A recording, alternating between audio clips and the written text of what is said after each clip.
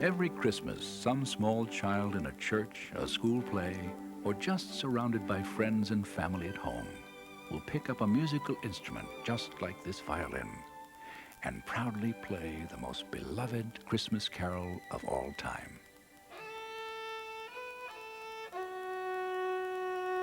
It may be a little out of tune, or perhaps not quite concert hall quality, but the love that pours out of that little instrument is what makes Silent Night so special year after year.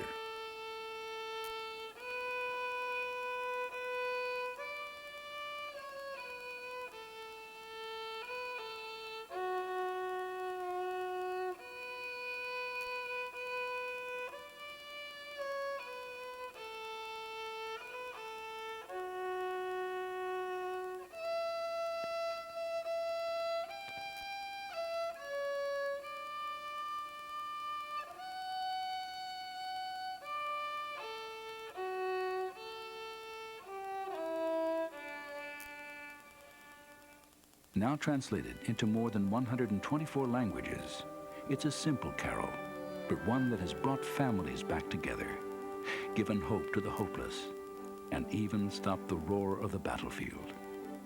A carol that in more than a few small ways may have changed the course of history.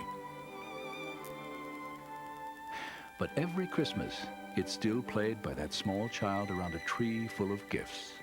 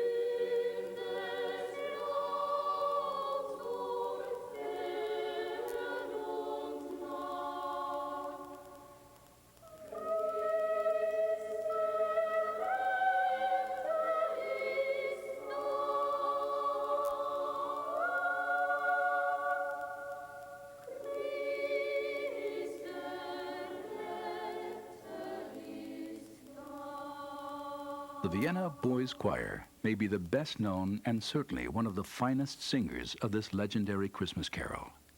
And in fact, it is their home in Austria where the story of Silent Night began.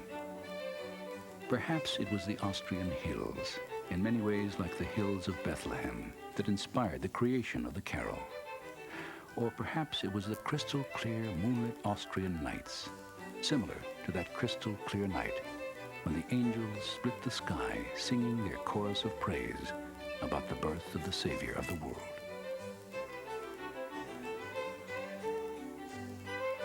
We may never know the exact circumstances, emotions, or moment when Silent Night was born, but we can discover the place, the story, and the tradition it inspires. And perhaps that inspiration can lead to understanding about the creation of a song, and understanding about Christmas and what it means to the world. After all, Austria is music. wo die Adler hoch im Horste, wo die Gänse im schnellen Lauf, wo der Jäger pursch im Forste, wo im Tal der Wildbach rauscht. From one-man bands to string quartets to orchestras that fill concert halls with the music of the ages, Austria has a tradition of music perhaps like no other country on earth. Winterlied, schau geschneit, gehst mit mir tanzen heit, Stuhltal uns bis nicht lag, bis wirklich laut.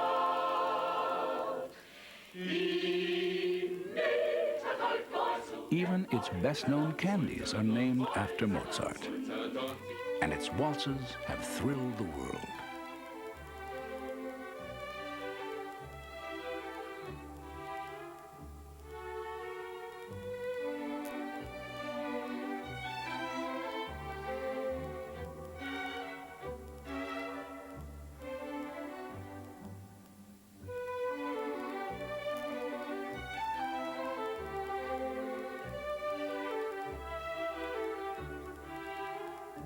Outside of home, there's probably no place on earth where one would choose to spend Christmas other than Austria.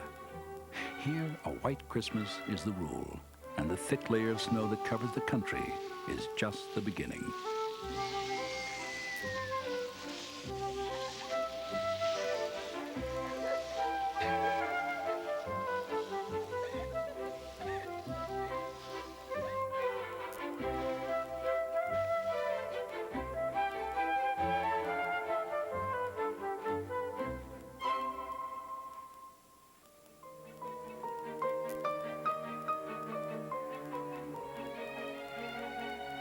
On the banks of the Salzburg River stands Salzburg. It's a splendid old city, once the seat of prince archbishops who were among the most powerful churchmen north of the Alps. Salzburg's streets hold many shrines, a composer of myriad masterpieces. Wolfgang Amadeus Mozart was born in this house at Giedretergasse number 9. A year after Mozart's death in 1791, another child is born nearby at number 9 Steingasse. But unlike Mozart, this child is destined to bring about just one musical work, one simple Christmas carol. Anna Skoibering is an unwed mother and barely ekes out a meager livelihood as a knitter. Amid the riches and splendor of Salzburg, hers is a drab life. So much so that when she is wooed by a handsome fusilier in the command of Upper Salzburg, she grasps at a moment of happiness and becomes pregnant out of wedlock. But when her handsome fusilier learns that Anna is carrying his child, he offers her nothing. No wedding ring, no financial help, nothing. I want my child, my son, to bear the name of his father, even though he rejects him. Joseph Mohr. But I must find a godparent for him. But who will stand up for a baby born out of wedlock? At last, she finds someone willing to be the godfather. He is Wulmut, the hangman, historically the last hangman of Salzburg. Sie haben für ihr Kind die Taufe erbeten. When I was a young man, I stood up as a godfather for someone else's unwanted brat. My godchild grew up to be a no good, and years later I had to hang him. Oh, I wonder how this one will turn out. So little Joseph grows up a fatherless waif, feeling very much alone in the world and very lost. Until a churchman takes an interest in the boy and puts him into school. He has a good voice, so he is nudged into the choir.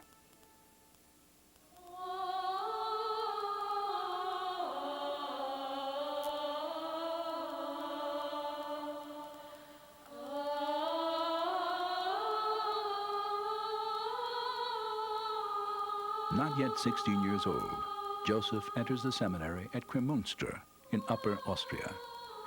Here he studies for the priesthood, and here he dwells in a world of books, classic books by ancient Greeks and Romans, and books of theology by the Church Fathers. Born out of wedlock, the Pope must grant permission for young Joseph to be ordained. And finally, the Pope gives his blessing. At the age of 22, Joseph Mohr is ordained a priest. While Joseph is growing up in Salzburg, another lad in another town is struggling to discover his own destiny. Schau, Franzi, du sollst doch Weber werden. Weber ist ein Handwerk. His father, Sepp Gruber, is a weaver from a long line of weavers. And Sepp is determined that his young son, Franz, will take up the family profession. After all, weaving is honorable, a splendid profession. The key, he tells his son, is to develop nimble fingers for work on the loom.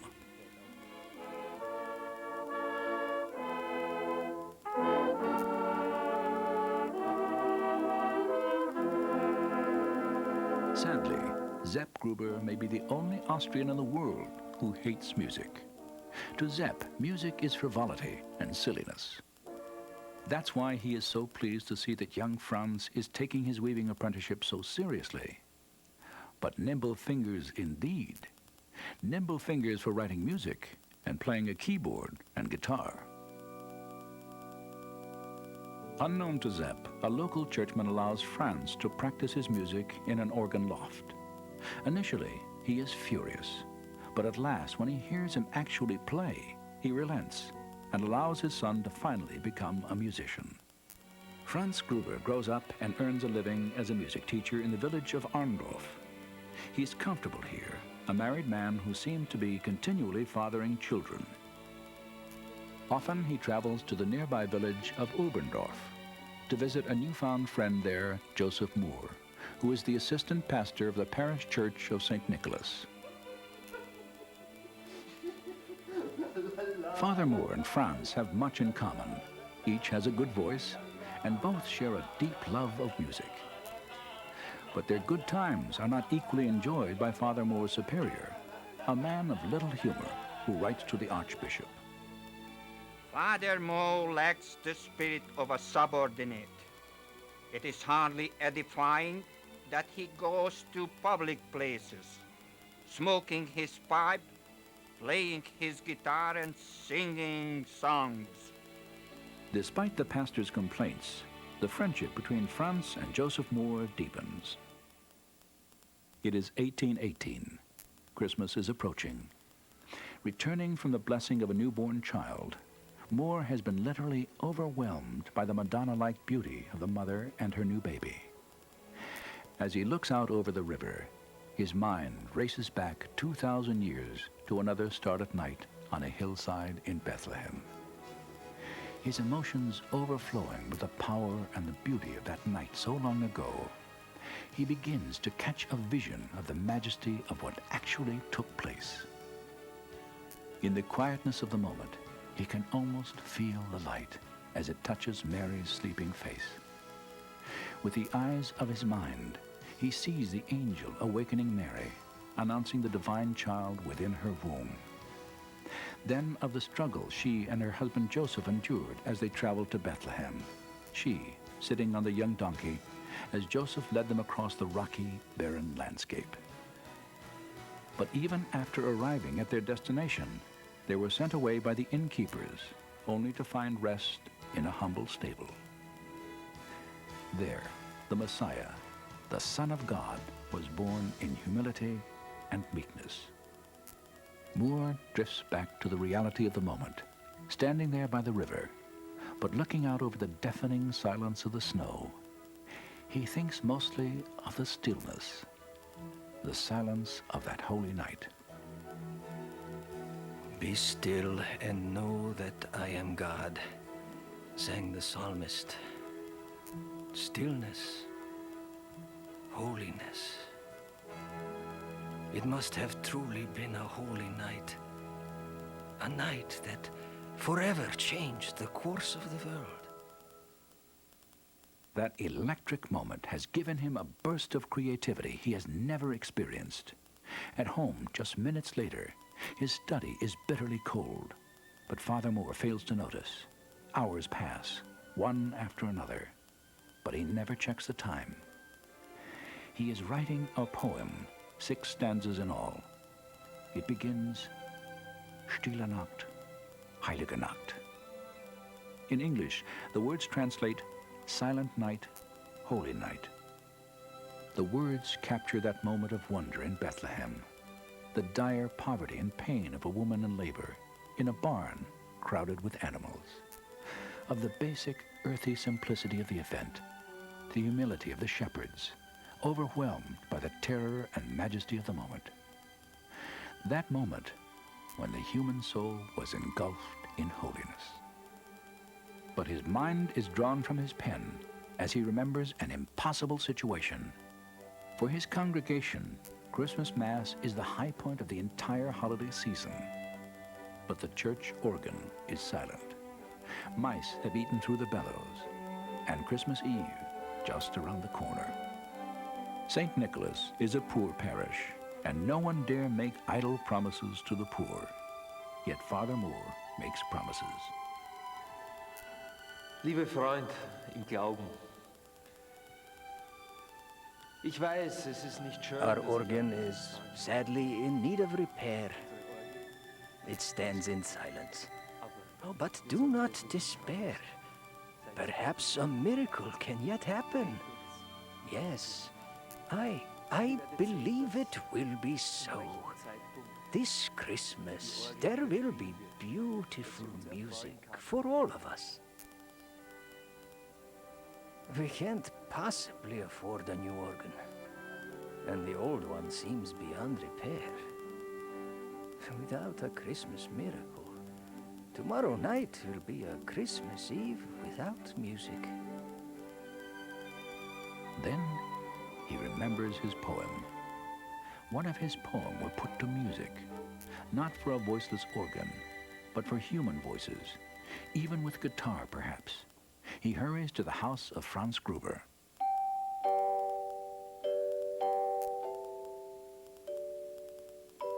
The Gruber household is fragrant with the smell of evergreen, apples, and cinnamon.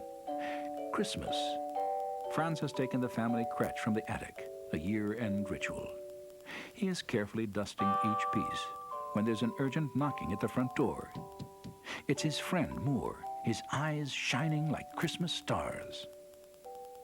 He reads the poem he has written about the first Christmas and implores Franz to set his verses to music. Not for organ, but for violin or even guitar. Can he set the verses to music by tomorrow night? Franz is deeply moved by the sincerity of Mohr's poem. He begins setting it to a lullaby-like melody. Stille Nacht, Heilige Nacht. That freezing night, as Franz quietly wrote the music, is now a faded memory. Just as today, these stones are all that remain of the St. Nicholas Church, where mice had ruined the organ. Terrible and persistent flooding in 1896, 1897, and 1899 eroded the foundations to the point that the entire church had to be closed and finally demolished. Today, a memorial chapel has been built on the site, and inside these magnificent stained glass windows stand as a silent testimony to the first time Silent Night was ever sung. One window, showing both Joseph Mohr and the town of Oberndorf, was a gift from the Ostmarkischen Singing Society of Vienna in 1935. The other, showing Franz Gruber and the town of Arndorf, was a gift from the Vienna Schubert Society, also in 1935. The memorial is a fitting tribute to the poet-priest, the musician, and perhaps even the hungry mice who brought this memorable song into the world. In the year 1818, this was the town of Oberndorf. And this is what Oberndorf was like on that memorable Christmas Eve, seen in this very old archival film footage made at a time closer in spirit to Father Mohr's and Franz Gruber's than ours is.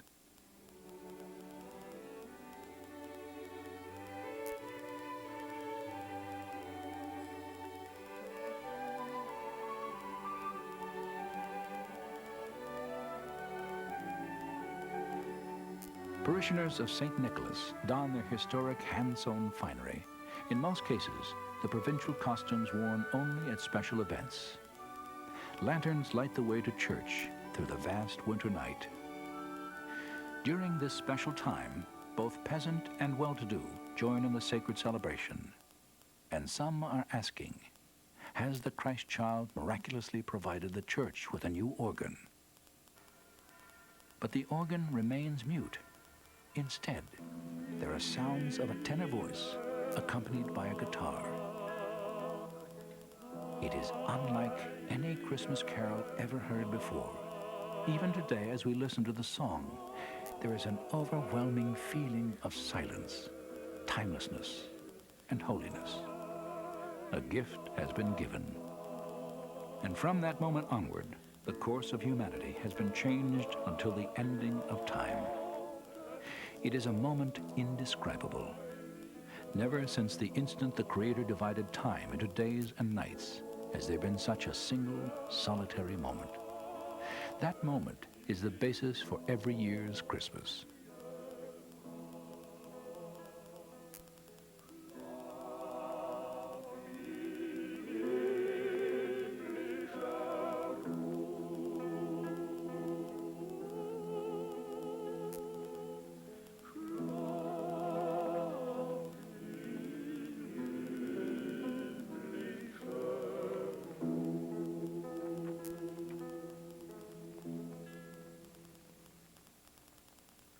After the holidays, an organ builder named Karl Mauracher arrived to finally repair the church organ.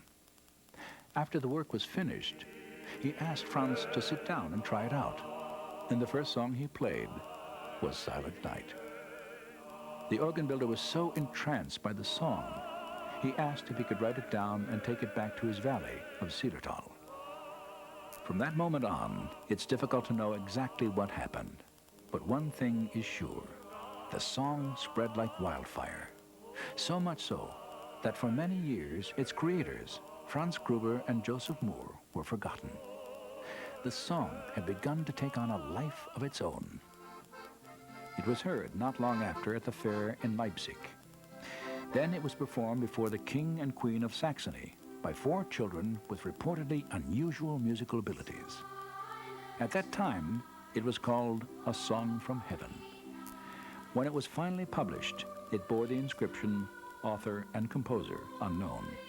And at one time, it was mistakenly credited to Michael Haydn, brother of the famous composer Joseph Haydn. The King of Prussia, Frederick Wilhelm IV, heard Silent Night for the first time in a command performance at the Imperial Church in Berlin.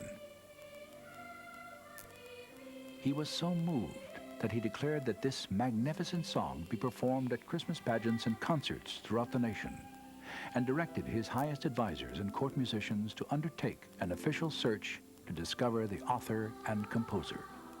Within the year, the monks of St. Peter's Monastery in Salzburg were contacted, and by an incredible coincidence, the church choir boy was Felix, the son of Franz Gruber.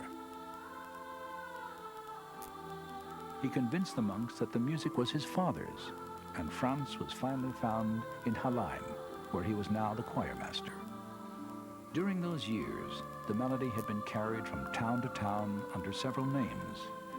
Song from Zillertal, Song of Heaven, a Tyrolean carol, and finally just Silent Night. It traveled throughout Austria, to neighboring countries, and within time to the whole world. In 1863, it was translated into English by Jane Campbell and finally arrived in America in 1871, where it appeared in Charles Hutchins' Sunday School hymnal.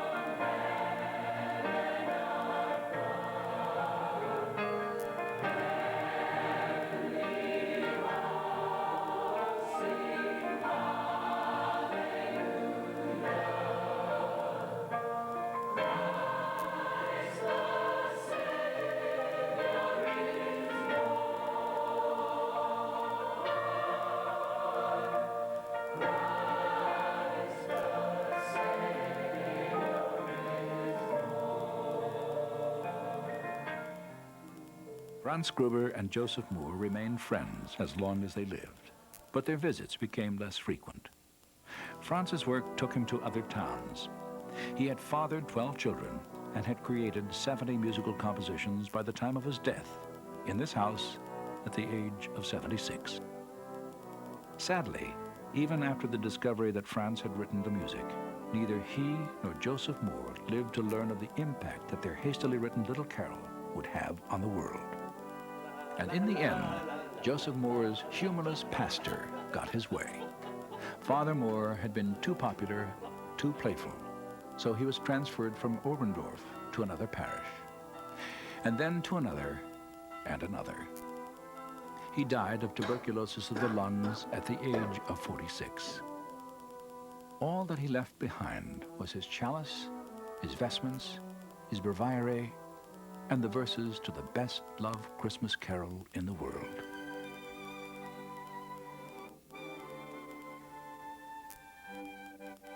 He is buried in this small cemetery. A wrought iron cross with a rosette crowning his portrait marks his grave. But Silent Night continues to live. After all, Christmas is music.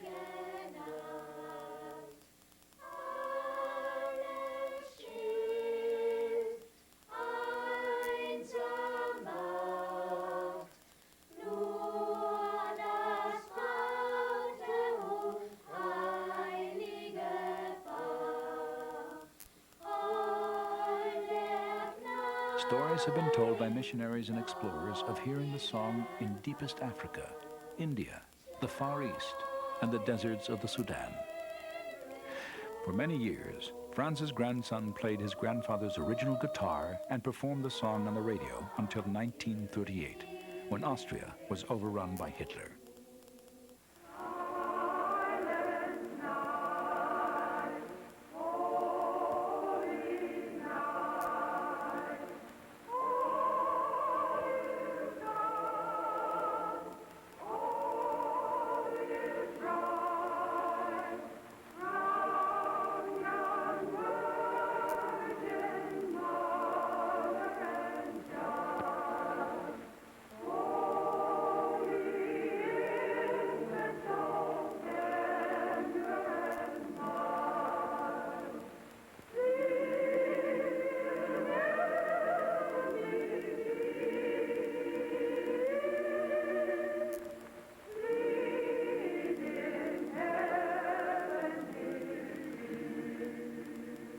Today, it's the caroling from the street corners and the airwaves, from choirs and singers that sustains the Christmas spirit.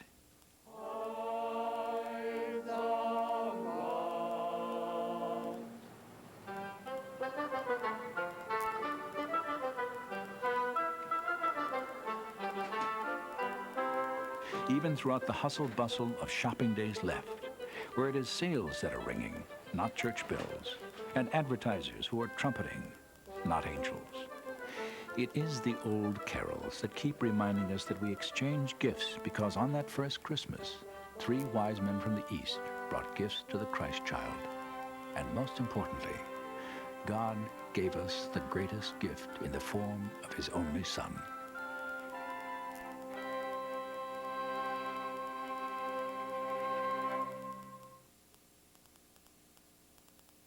Customs, like carols, can differ from country to country. Take the Christmas tree. In North America and most of Europe, choosing an evergreen, fresh and fragrant as the North Woods, is a year-end event. And each year, we might add a splendid new ornament or two to the old favorites, some of them as treasured as family heirlooms. There's an aura about a Christmas tree, a sense of wonder, of enchantment. Lights, candles originally, placed on the dark branches of an evergreen recall the sky over Bethlehem, twinkling with stars on the night that Jesus was born.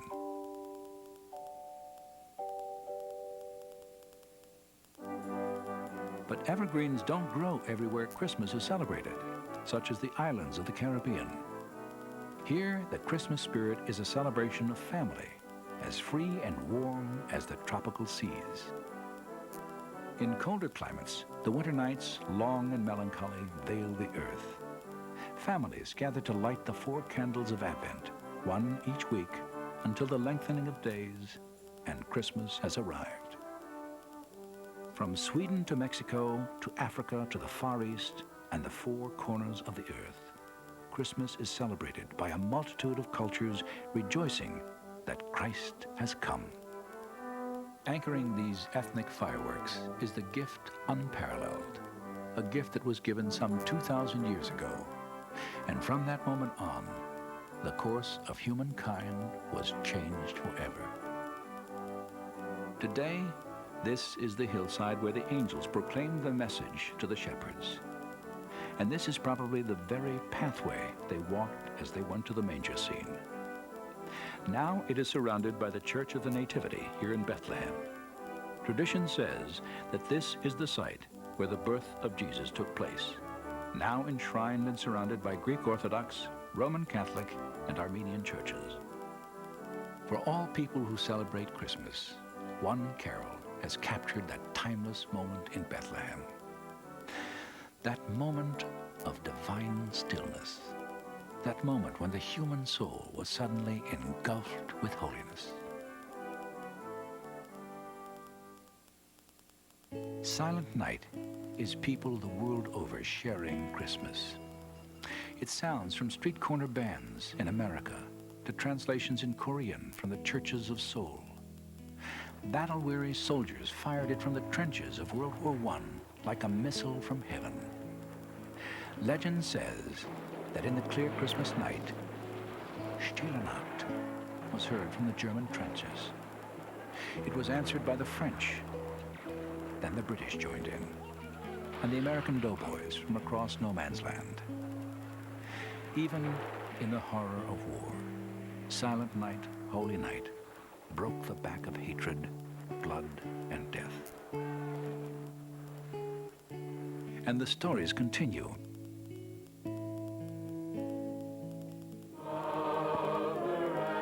Through the years, it's been performed in USO shows and by celebrities from Doris Day to Bing Crosby and even Elvis. There are tales of the same sort of happenings in World War II. In fact, perhaps the most dramatic incident happened towards the end of the war. It was the Battle of the Bulge, the day before Christmas.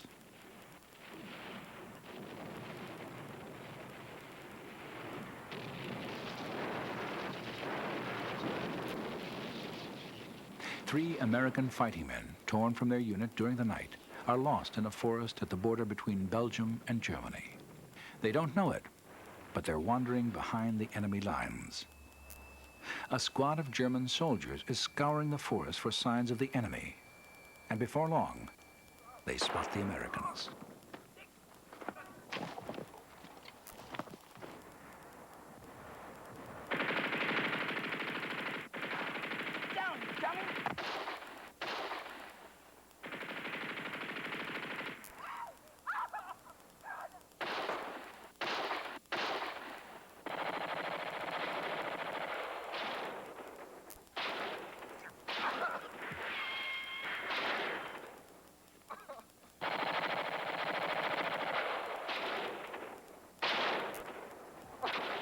Gotta find a medic, man. He's bleeding to death.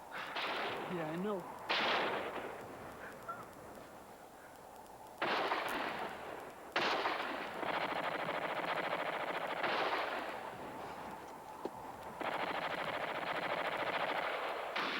One of the GIs takes a slug in the leg, and although the three Americans manage to escape being captured, their wounded friend is in bad shape.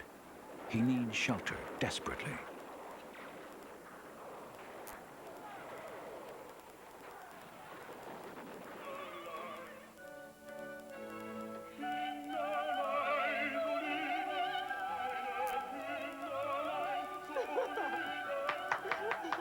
Before long, they find a cottage there in the woods and break into it, finding a terrified German woman and her daughter.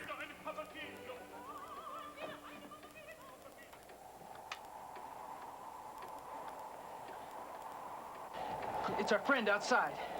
He's been shot. He's hurt bad. need some attention. Will you help us? Do you understand?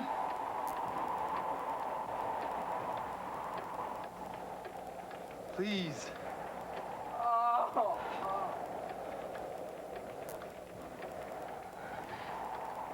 Ja, natürlich. Bringen Sie ihn ins Haus.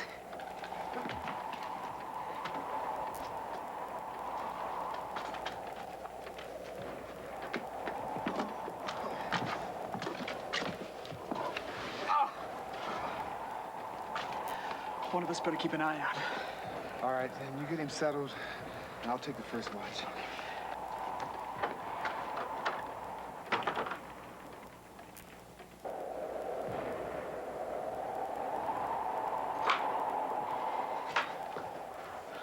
See anything?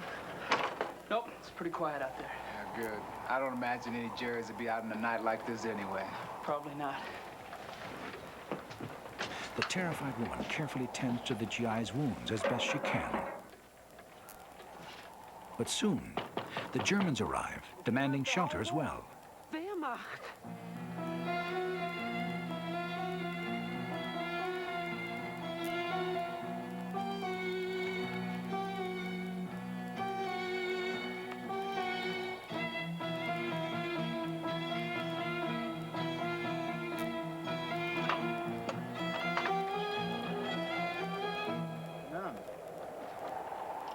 Fröhliche Weihnachten. Gnädige Frau, wir haben unsere Truppen verloren und möchten hier bis zum Tageslicht warten. Können wir hier übernachten? Natürlich. Ihr dürft auch eine warme Mahlzeit essen. She's forced to admit that she already has guests. Soldiers. Americans, actually. Enemies, yes. But it's Christmas. Hören Sie! Heute ist Weihnachtsabend. Kämpfen und Schüssen sind hier verboten. Diese eine Nacht, das Weihnachtsabend, als unser Heiland geboren war, lasst uns das Töten vergessen.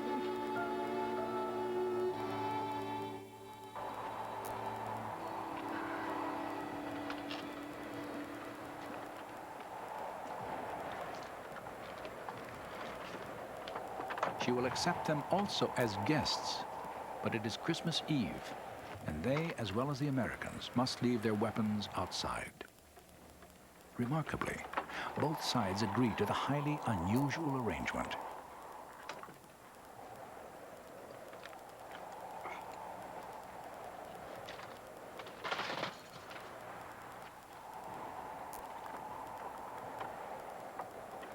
Kommen Sie rein.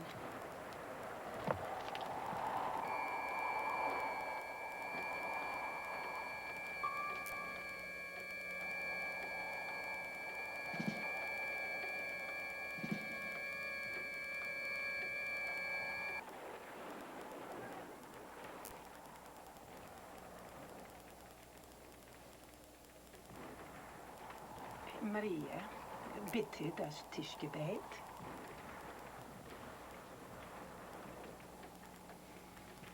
Segne Vater, was wir essen, lass uns deine nicht vergessen.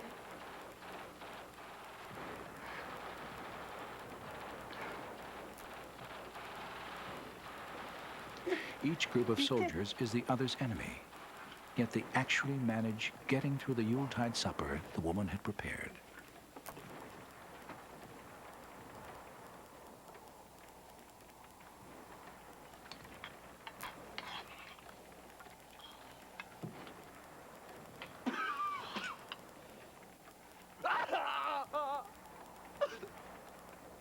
What is it? He's just bad off. And he ain't getting much better either.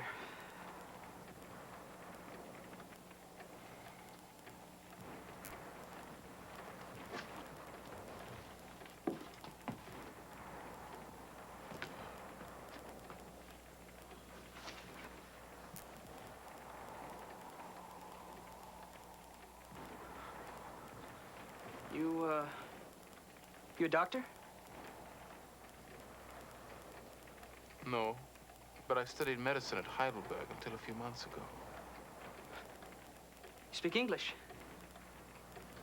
So do you. No sign of infection yet, but he has lost much blood. So bullet should come out. How? I can tie, but I'm not a doctor. I cannot be certain that I will do it properly.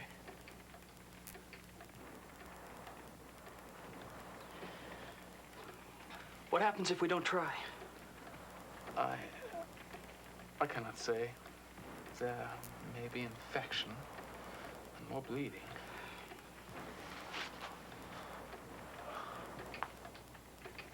I think he will die.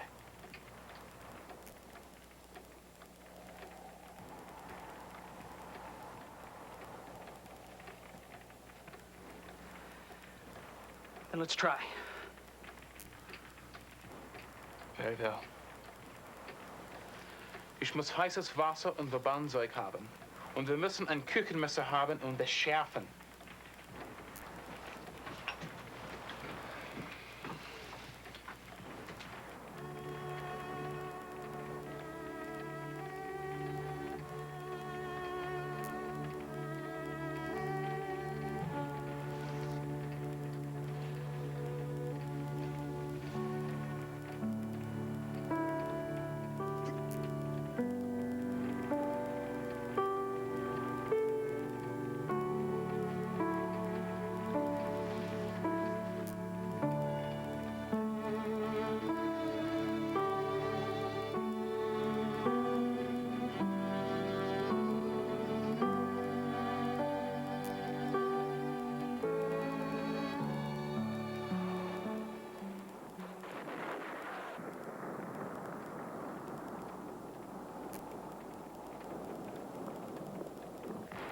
Stille Nacht, heilige Nacht, alles schlaft, einsam wacht, nur das traute Hochheilige Wacht.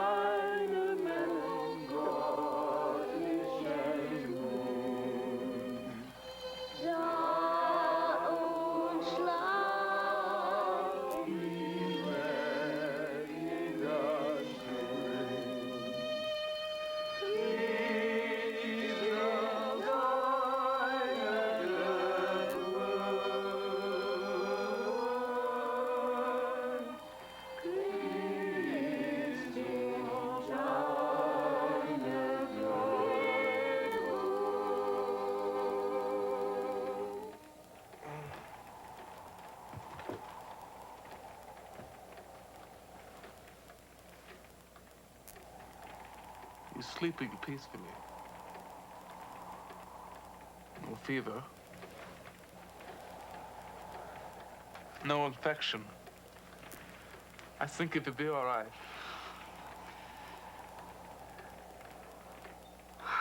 Dank sei unserem Gott und unserem Herrn Jesus Christ. Mutter, komm und sieh! Schnell! Das Stern von Bethlehem.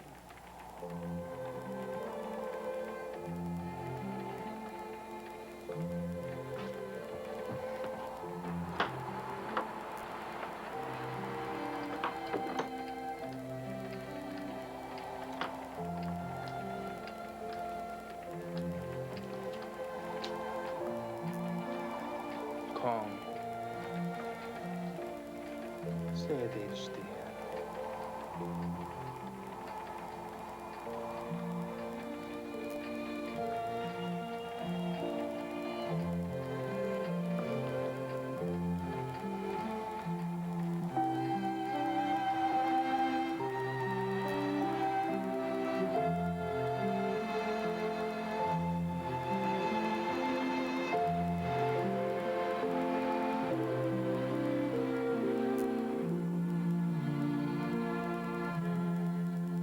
The next day is Christmas, and ultimately they must return to the war, each to his own battle flag.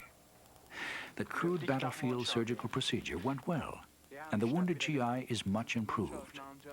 One of his buddies will stay with him until he can walk.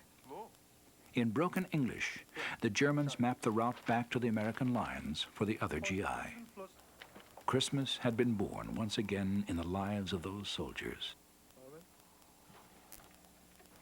Yes, sonny. Christmas? It sure is, paisano. It sure is. A night of war with its shelling and its slaughter became for them a silent night, a holy night.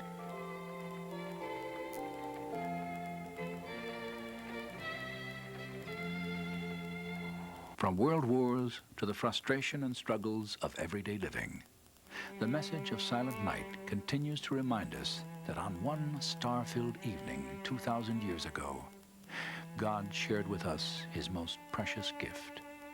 Desiring our love and longing for us to know him, he became like us.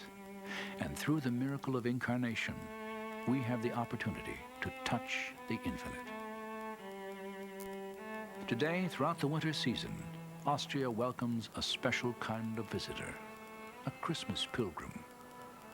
They come to see the birthplaces and the burial places, to see Gruber's guitar, to see Oberndorf, to pray in the memorial chapel, and from here to send their Christmas cards postmarked at the place where Silent Night was written.